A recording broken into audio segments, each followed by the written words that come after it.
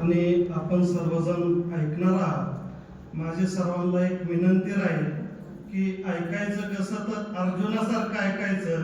भगवान श्रीकृष्णाने एकदाच भगवद्गीता सांगितली आणि अर्जुनाने ते एकदाच ऐकली, त्याप्रमाणे ऐकायचं.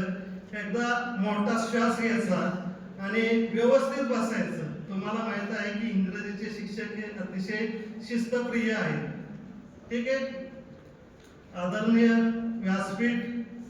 व्यासपीठावरती उपस्थित असलेले आजच्या कार्यक्रमाचे अध्यक्ष, महाविद्यालयाचे प्राचार्य आदरणीय फगरे सर, सर्व प्राध्यापक वर्ग व विद्यार्थी वर्ग, आज आपण या ठिकाणी निरोप समारंभाच्या कार्यक्रमासाठी एकत्रित जमलेलो आहोत. आपणास शुभ संदेश देण्यासाठी एक शिक्षक म्हणून मी आपल्या पुढे उभा आहे. विद्यार्थी मित्र, आज आपण 21व्या शतकातून प्रवास करत आहे. 21वं शतक हे विज्ञान व तंत्रज्ञानाचं युग म्हणून ओळखलं जातं आणि या विज्ञान व तंत्रज्ञानाच्या युगामध्ये जर तुम्हाला यशस्वी बनायचं असेल तर तुम्हाला स्वामी विवेकानंदांना अपेक्षित असलेला विद्यार्थी बनावा लागेल. स्वामी विवेकानंदांना कोणता विद्यार्थी अपेक्षित होता? चेहऱ्यावरती तेज आहे, देहामध्ये शक्ती आहे, बुद्धीमध्ये विवेक आहे, आत्मविश्वास दृढ आहे, इच्छाशक्ती प्रबळ आहे, ध्येय ज्याचं उच्च आहे, सत्य त्याचा ईश्वर आहे. असा विद्यार्थी बनावा लागेल की तुमच्याकडे प्रचंड असा आत्मविश्वास पाहिजे, तुमच्याकडे इच्छाशक्ती पाहिजे आणि तुमचं स्वप्न हे मोठं पाहिजे आणि ते स्वप्न पूर्ण करण्यासाठी तुमची योग्य अशी कृती पाहिजे, तरच तुम्ही आजच्या काळामध्ये यशस्वी होऊ शकता. आजचा काळ हा प्रसार माध्यमांचा रिसर्च खूप वाढलेला आहे आणि या प्रसार माध्यमांचा उपयोग हा चांगल्यासाठी केला पाहिजे, वाईटासाठी करू नका. प्रसार माध्यमे आपल्याला माहिती देण्याचं काम करत असतात, मात्र ज्ञान मिळवण्यासाठी आपल्याला पुस्तकेच वाचावी लागतात. आपण महापुरुषांची चरित्रे वाचली पाहिजे आणि फक्त चरित्रे वाचून चालणार नाही, तर त्यांचे चांगले गुण आपण आत्मसात केले पाहिजेत. वाचनाने माणसाची त्या ठिकाणी भाषा सुधारते आणि त्यातूनच व्यक्तीचा खऱ्या अर्थाने व्यक्तिमत्व विकास होत असतो.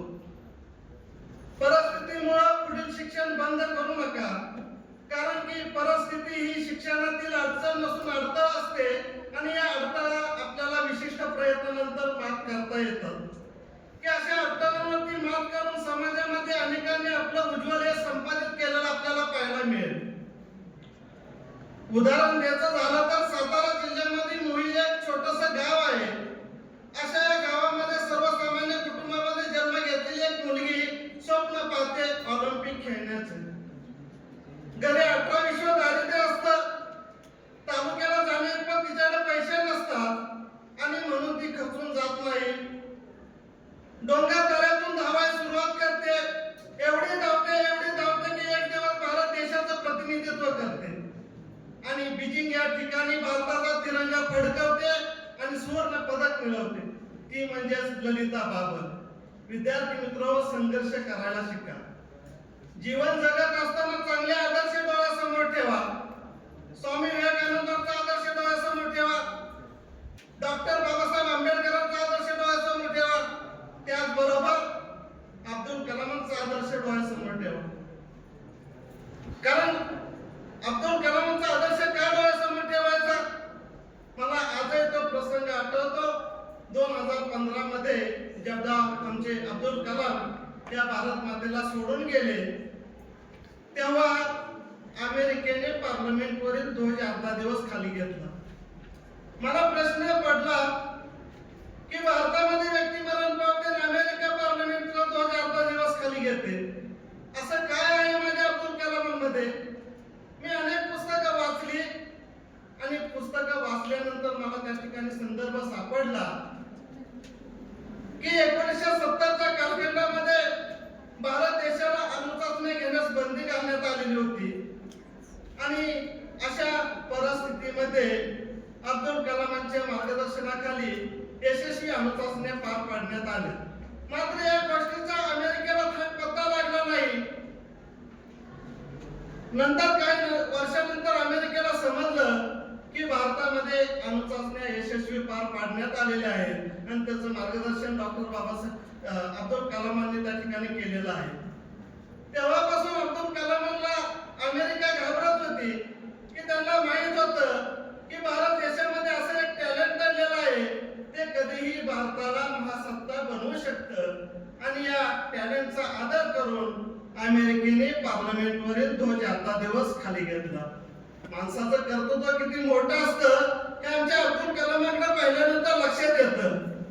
त्यामुळं भविष्यात आपल्या हातून चांगलं कार्य घडो, ज्या कार्यामुळं आपल्या आईवडिलांचं व महाविद्यालयाचं नाव मोठं होईल, देशाला व राज्याला आपला अभिमान वाटेल, असं कार्य आपल्या हातून घडावं अशी एक शिक्षक म्हणून आपल्याकडून अपेक्षा व्यक्त करेल.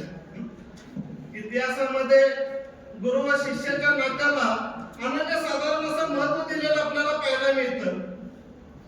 गुरुशिवाय विद्यार्थी कधी घडत नसतो आणि गुरुशिवाय विद्यार्थी हा पोरका असतो. जर इतिहास आपण पाहिला तर आपल्याला लक्षात येईल, जर द्रोणाचार्य नसते तर अर्जुनासारखा वीर घडला नसता, जर दादाजी कोंडदेव नसते तर शिवाजी महाराज घडले नसते, जर सॉक्रेटिस नसते तर प्लेटो घडले नसते आणि प्लेटो नसते तर अरिस्टॉटल घडले नसते, रामकृष्ण परमहंस नसते तर स्वामी विवेकानंद घडले नसते आणि रमाकांत आचरेकर नसते तर सचिन तेंडुलकर देखील घडले नसते. असे अनेक दाखले देता येतील की गुरु शिष्यामुळे अनेक शिष्यांचं त्या ठिकाणी आयुष्य घडलेलं आहे. त्यामुळे गुरुचा आयुष्यभर सन्मान करायला शिका. भविष्यात जेव्हा गुरु आपल्याला भेटतील तेव्हा त्यांना अभिमानाने सांगता यावं की हा माझा विद्यार्थी आहे आणि आपण ते त्या ठिकाणी नातं त्या ठिकाणी नातं तुम्ही जोपासाल अशी मी खात्री त्या ठिकाणी देईन. की जाता जाता मी महाविद्यालयाबद्दल 2 ओळी बोलेन कि बगीचे में खिलते हैं बहुत सारे फूल, बगीचे में खिलते हैं बहुत सारे फूल, फिर भी हम पसंद करते हैं गुलाब जैसे फूल, फिर भी हम पसंद करते हैं गुलाब जैसे फूल. शहरों में रहते हैं बहुत सारे कॉलेज, शहरों में रहते हैं